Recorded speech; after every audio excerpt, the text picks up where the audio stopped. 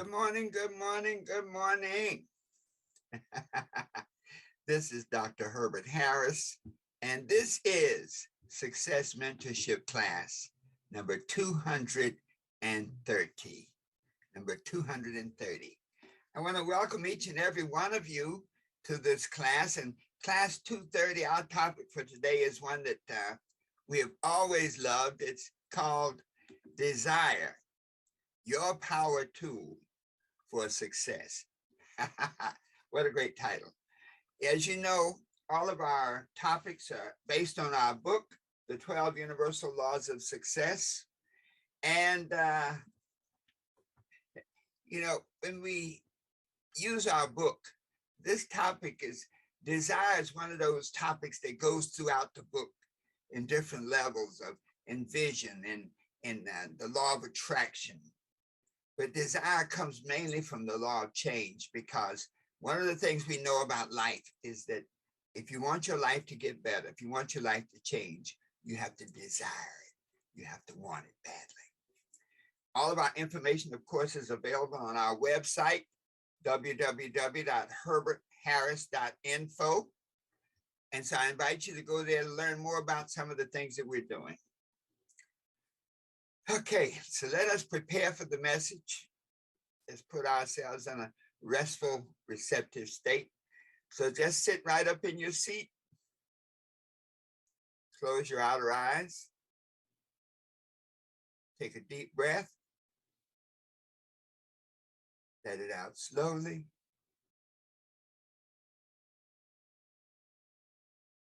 Take a deep breath. Let it out slowly.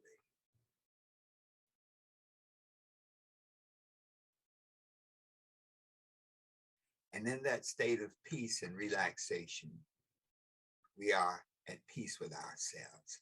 I am at peace with myself. Let us affirm that together. I am at peace with myself. Once more, I am at peace with myself. Take a deep breath. Let it out slowly. And in this state of peace and relaxation, my mind is open, receptive, and ready to learn. Let us affirm that together. My mind is open, receptive, and ready to learn. Just let that sink in. Take a deep breath. Let it out slowly.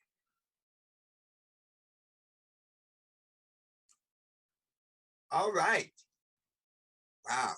Thank you. So many of you on Instagram. What you say, baby? Sade, I see you. Thank you. And on Facebook, so many of you there. I love to open our class with a quote. And I think one of the most apropos quotes for this class is from Napoleon Hill. And Napoleon Hill said that the starting point of all achievement is desire. The starting point of all achievement is desire. So you have to want it. If you don't want it badly enough, it will not happen. So let's look at desire. When I say desire is a power tool, you know, the difference between a regular tool and a power tool is that the power tool uses electricity or a battery to leverage the power of the regular tool. So you have a hand saw and you can saw with a certain amount of effectiveness. But when you have a power saw, it increases your effectiveness. You're able to do much greater things with a power saw than with a hand saw. And so desire is that power that gives you the ability to magnify and multiply the talents that you already have. We often tell the story of deep desire. And someone say, well, everybody has desire, but what is deep desire? On page 61 of the 12 Universal Laws of Success, there's a preface to Deep Desire, and it says, the key ingredient for change is desire, burning desire. Unless there is a deep hunger, a burning desire for the changes you want to bring about in your life, these changes will not happen. And so, what is this deep desire? How do you describe it? And one of the master teachers takes a young student out into the ocean, and he holds the student underwater. And he held them there so long that the student was struggling to breathe. And I know those of you who've been underwater, you know, there's a point at which you feel you've run out of breath and you want to breathe. And I used to be a scuba diver, and there was that point in which you run out of air and you can see the light above, and your thought is, I got to make it to the light. I got to make it to the light. You swim vigorously. Well, as the teacher held a young student underwater until the student was about to die, was literally about to drown, he pulled him up, and the student had that gasp of air that, hopefully he didn't cough, had that deep gasp of air for air. And the teacher said, your desire must be just as strong as your desire to breathe. Your desire for change, your desire for the things you wish to do, be, and have in your life must be just that strong. And if your desire is weak, your results are weak. So what is the definition of desire? Desire is a strong feeling of wanting or to have something to happen. A strong feeling of wanting or to have something to happen. I like to take it a step further on a vibration level. Desire is wanting something that you can feel on another level. I like to look at desire from a harmonic point of view. E equals mc squared, the relativity formula. E is energy, vibration, is equal m, which is mass or manifestation times the speed of light squared. So what it's really saying is that the vibration, your level of desire, is so strong that it can manifest something in your life. And the manifestation, that which you're able to create, is directly related to your level of desire. So if you have a weak desire, then the first bump in the road that occurs, you quit. You throw in the towel. If you have a weak desire, then you can be easily distracted by shiny things. So this idea of desire being a harmonic relationship between something that you want, something that you deeply desire, then this gives you a means to make it happen. In other words, if you really want something badly, get into the feeling of that you want. That's the essence of the law of attraction. The law of attraction says that you attract into your life whatever you feel you deserve, whatever you feel you are one with. So when we talk about desire being creating a vibration, that level of desire, that level of intensity is so strong. The stronger the level of intensity, the more powerful the desire, and the more effective you are for pulling that which you want into your life. So it's really about congruence. You feel that you want, you become congruent with it, and it manifests in your life. Think about Muhammad Ali. Muhammad Ali's burning desire was fame.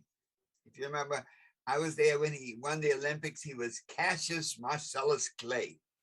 And then he changed his name. He became Muhammad Ali. And his mantra was, I am the greatest. And his desire was so strong that it took him where he wanted to go. You know, desire can even trump skill. In other words, you can want something so badly that your skill level doesn't matter. There are two ways to win. One way to win in any particular endeavor is to be so skilled, to have mastered the art of that particular endeavor, that you win on the basis of skill and performance. But then there's another way to win, where you refuse to lose. Now, in the rumble in the jungle with Ali, think about that. George Foreman was appeared to be stronger. Ali hadn't fought for a number of years, because of the legal battle he had with the country. And when he finally won the battle and the fight came up, he had not been training. He really, in a sense, might have been beyond his peak as far as the normal physical evolution of a fighter. But Ali's desire to be the best was so strong that in the rumble in the jungle, Ali had a strategy. And he literally let George Foreman punch him out for 6 or 7 rounds. George beat up on Ali. I saw the fight. In those days, you used to go to the movie theater to see the fight. I saw the fight, and those first 6 rounds, everybody was like, oh God, they're hitting him. Think he's going to kill him. He's going to kill him. But Ali had a strategy. Ali said, I refuse to lose. And so by that 7th round, I think it was, Foreman had literally punched himself out, had nothing left, and Ali dispensed with him, knocked him out. And so desire just has that type of potential. There's an underlying piece here I want to point out, that your level of desire means that you must be willing to pay the price. Either way, if you are a level of desire, if you're saying, hey, I am going to win because I am the best, I have the highest skill level, you have to pay the price and sacrifice to achieve that level of skill. As a boxer, you got to be working and running 5 o'clock in the morning. Before Ali's fights, he used to go into training camp for 6 weeks, 8 weeks. Well, you have to do exactly that. You go into that training camp. You got to sacrifice the time and energy to get where you want to go. On the other side, if you refuse to lose, you have to sacrifice taking that beating to do whatever it takes for you to get wherever you want to go and to achieve whatever you want. So this thing about desire is super powerful. In other words, desire, you might say, desire is beyond facts, beyond rational facts. The fellow who, Jack Kirby, the man who created the Hulk, and all with the Captain Marvel, the Hulk is this person who can transform from being an ordinary person to being some hulking giant with superpowers. That model was based on him seeing a woman literally lift a car off of her child, a 3,000-pound car. There had been an accident and the car ended up on top of the child, and the mother knew that if that car stayed there, the child would die. And Kirby said that the woman went over and single-handedly picked up the car so that someone could drag the kid out. There was even stories of a fellow down in Georgia working on his car, and his car had fallen in the yard and fallen on top of him. His mother saw it, ran outside, and literally picked the car up off of him. So desire is more powerful than facts and than the rational approach to things. Desire can create such a strong harmonic relationship with the results that you want. In other words, look at desire and results, and the intensity of your desire brings about the level of results that you get. In desire, you literally connect the conscious mind. You see, the conscious mind would say, you can't win against George Foreman.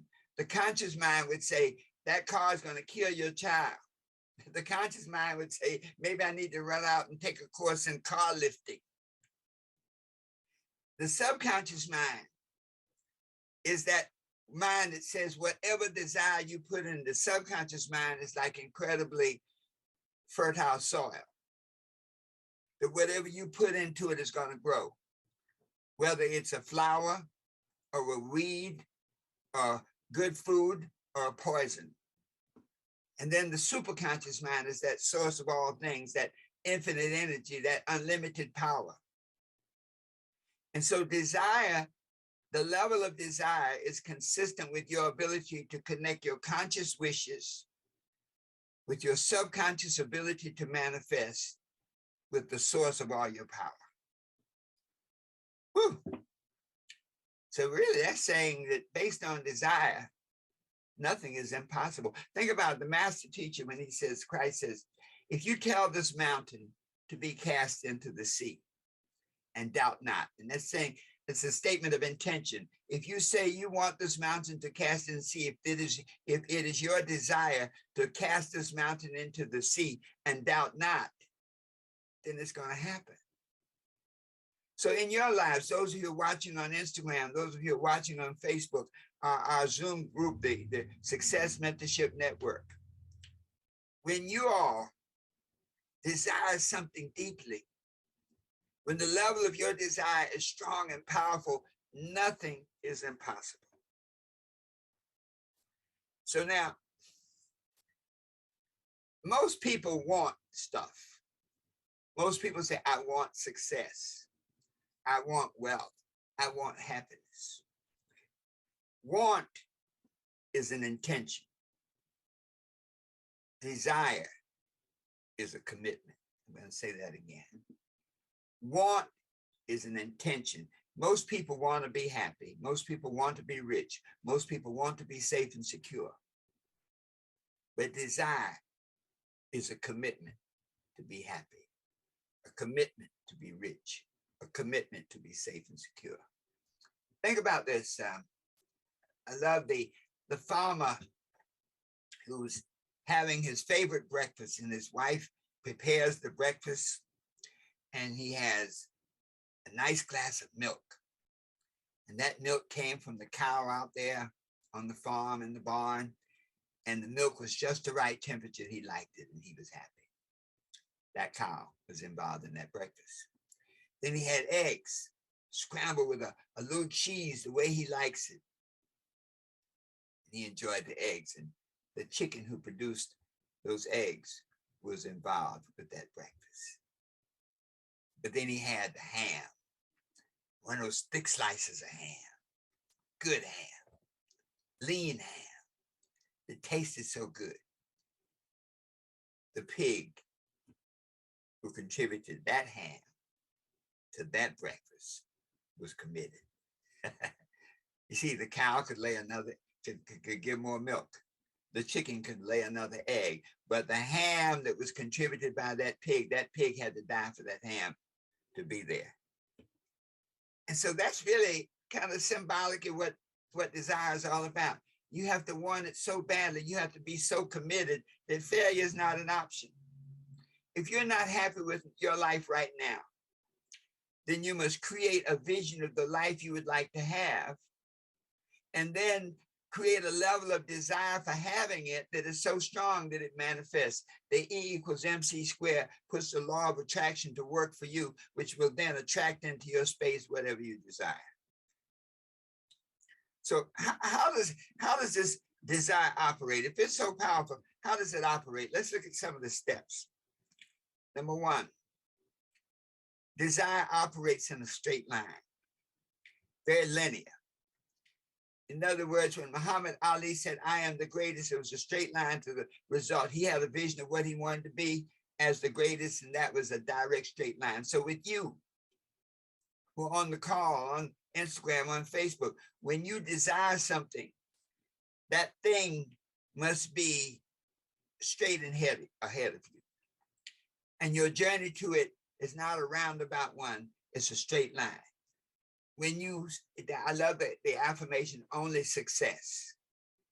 That does not mean that there are not obstacles, but that means that you only see the end result. So desire must be linear. Number two, desire requires a clear vision of the outcome. You see, the relationship between desire, think about the GPS. The GPS requires two things. I don't care. You can have the most expensive Garmin GPS, the Rolls Royce of GPSs.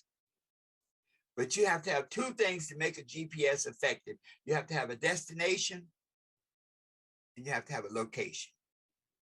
And so that is the way it is in life. If you want to change your life to something, you have to know exactly what it is that you want your life to become. You must have a clear vision. And when I say a clear vision, I mean a sensory vision, how it feels, how it smells, how it moves. You know, when Ali was coming up as saying he was the greatest, you think about it, everywhere he went, he hollered out he was the greatest. In the fights he had up to the point of his greatness, he kept saying, I am the greatest, I am the greatest. He ran around her. In other words, he had a sensory feeling for what greatness meant to him. In the Bible, it talks about the promised land.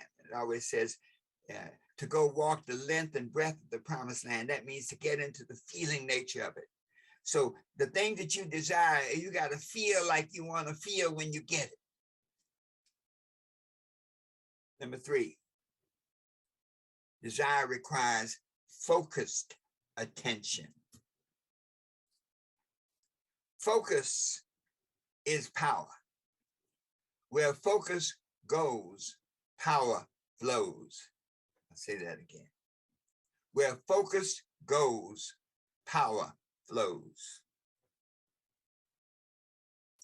You see, focus creates the level of vibration. The more you focus on something, the more attention you give to it. What you recognize through focus, you energize in your feeling nature. What you energize in your feeling nature, you realize in your life experience. So desire requires focused attention. Number 4, desire requires focused energy. You see, when you focus your intention, then the energy, the activity necessary to manifest that intention must be just as focused. So, you know, when you're working on something, many of you have written books before. If you don't focus on completing that book, it will probably never happen.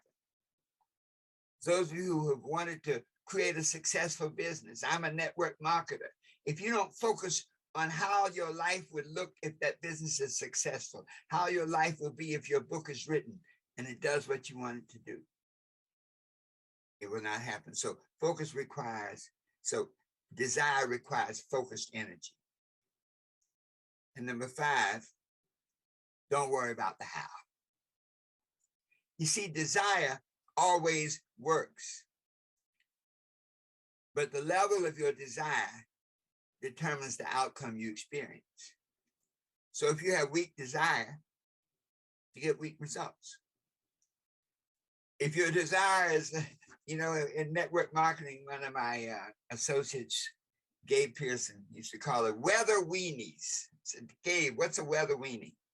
There are people who we were promoting a business opportunity, the greatest opportunity in the history of the world. Well, weather weenies were people who say, well, I'll come look at that opportunity, but if it's raining, I'm not going to come. If it's snowing, I'm not going to come. Okay, so they'll let the rain and the snow keep them from achieving the life of their dreams. Weather weenies. So this is how desire operates.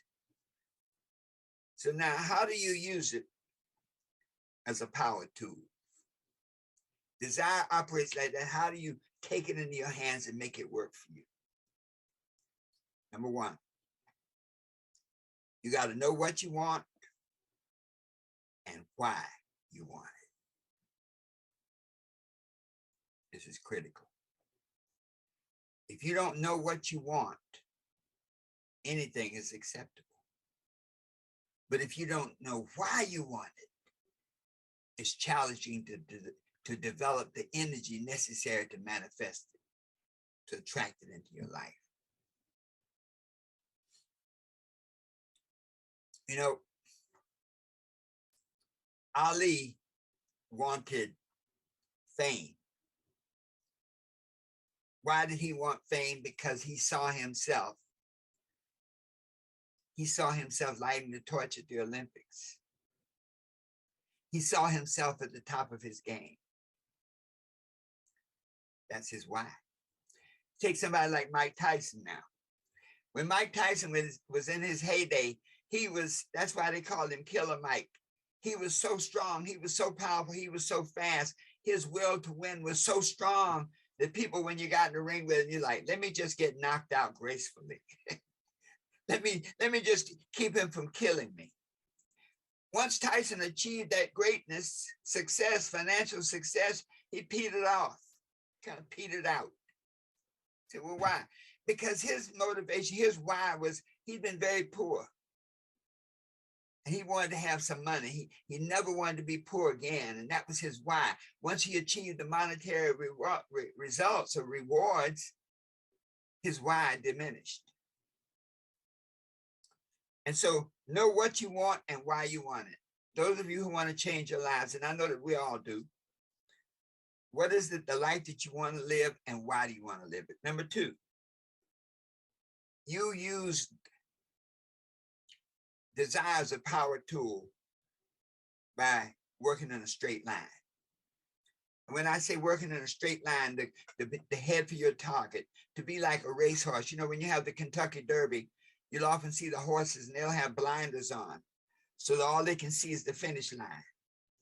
And so to really make your desire most powerful, to have blinders on, to only see the end result, to only see the goal. One of the things that you must control in that linear journey is your time. And so to manifest that you want, you have to consistently use the time question. What is the best use of my time right now when I consider my goal, when I consider my vision, when I consider my purpose? When you focus on that and focus on that with intensity, you become magnetic and draw the results into your life. Number three, you got to sharpen your axe. One of the great wise men said, if you want to cut a tree down, spend 90% of the time sharpening the axe and 10% cutting the tree. So when I say sharpen your axe, that means that you know the thoughts that you have that are not congruent with the goals you have. So sharpen your axe means change your mindset. You know the emotions of fear, of insecurity that undermine your efforts. Sharpen your axe means to work with those emotions now, to go from being a fear to having faith, to go from being a coward to having courage. Sharpen your axe means to those habits that undermine your efforts. Sharpen your axe means to work with those habits, replace bad habits with good habits. Sharpen your axe means get rid of people who don't support what you're doing. Get rid of people who don't honor you, who don't uplift you, who don't inspire you, who don't love you.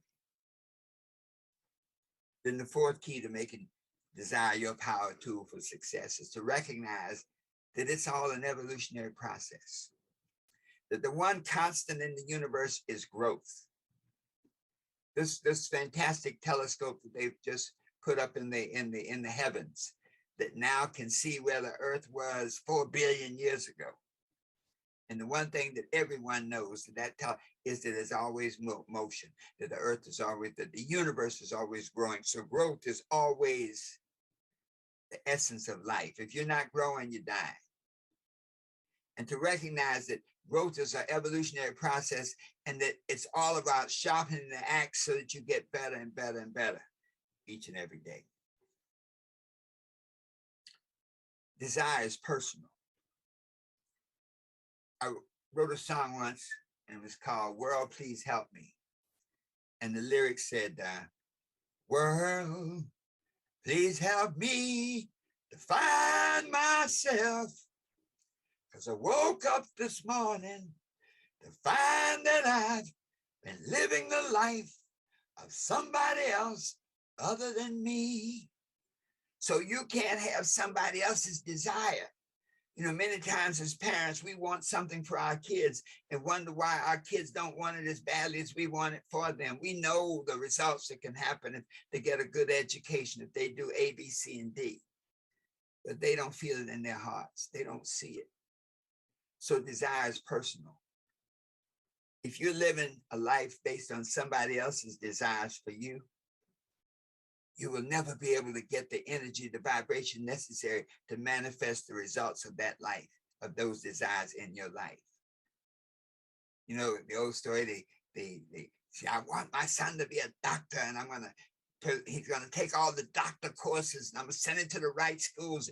And the kid gets there and just messes up. Say, why? You know, I've given, because that was not his desire.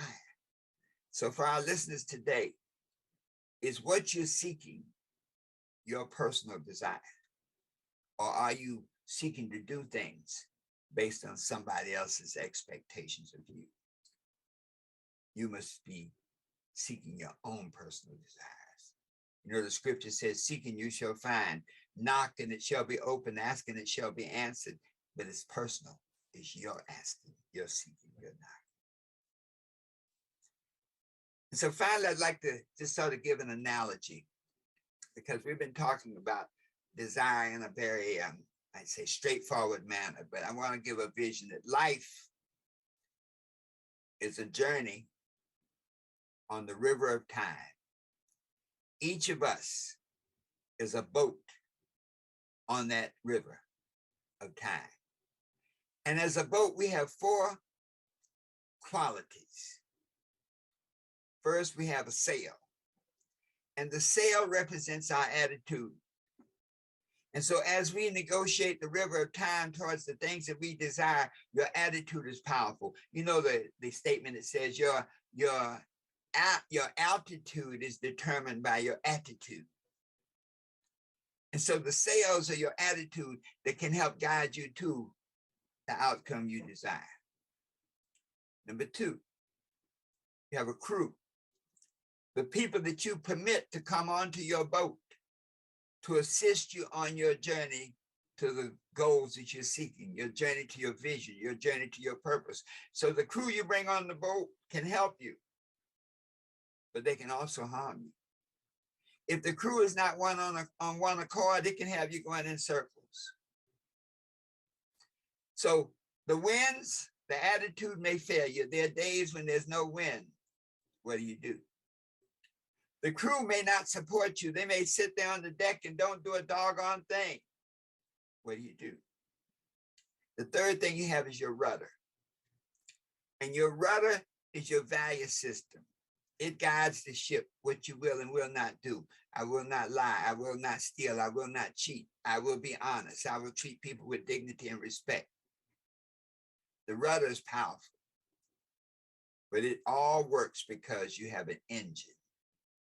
In your boat, the engine, and the engine is your desire. And the level of your desire determines the effectiveness of your journey. Sandra and I were having dinner down by the river the other day and watching boats, and the current was going swift. It was going out that day, and the little boats with one little engine were having really trouble going upstream. And so that's like your desire. The motor on that boat, the level of desire on that boat to go upstream was challenging. It was not strong enough, and literally the boats began to go the other way, follow the stream. And so that is the way it is in life. If your desire is not strong enough, then the river of time will take you where it wants you to go. On the other hand, you saw on one of those boats come with what they call a cigar. One of those boats, I think, had 2 big, powerful engines, and it was flying up the river. Now, the river was causing it to bounce now. The river's going the other way. So it was rocking, it was bouncing and jumping out the water, but it was still progressing. And so your level of desire, the strength and the intensity of your level of desire gives you the ability to go against the grain, to go against the river, to go against negativity, to go against people who want to undermine you, to go against bad habits, to go against anything that keeps you from realizing your dreams, achieving your goals, and realizing your purpose. So, desire is truly your power tool. It's like your power boat. The big difference between a rowboat and a motorboat is that engine, that desire. So let us just wrap up now. Let's briefly summarize. Desire operates on a straight line. It requires a clear vision of the outcomes you desire. It requires focused attention. It requires focused activity. focused energy, and don't worry about the how. And you use desire as your power tool by knowing what you want and why you want it. By being single-minded, where only success, you only see the outcome you desire and nothing else, and you use your time beneficially. And you consistently sharpen your axe. You always get better. Each and every day, I get better and better. Every day and everywhere, I get better and better. And then you keep going and growing. When you can do that, then desire can be your power tool to transform your life from whatever it is to whatever you want it to be. Always knowing that the best is yet to come. So it is. Let's just take a deep breath for a moment. Thank you so much for being with us. Those on Instagram, those on Facebook, please share this broadcast. Please like it. Please make comments. And please use the message to help take you to your higher good. Let this message be the wing beneath your wings, knowing that you have the power to be, do, and have anything you desire. Be sure to go to our website, www.herbertharris.info. www.herbertharris.info. Look at our books, look at our home study course. On this journey to increase your level of desire, that home study course is a power tool. If you don't have a copy of the 12 Universal Laws of Success, you can get it through our website, through Amazon, through just about any of the digital bookstores on the planet. So once again, those of you who've been with us online, thank you for being with us every Saturday morning at 8 a.m. We have an appointment together, an appointment. We call it the appointment for destiny, to help you be what you want to be, do what you want to do, and have whatever you want to have. This is Dr. Herbert Harris saying, see you next week, same time. Those of you who are on the Zoom, hang tight for our discussion.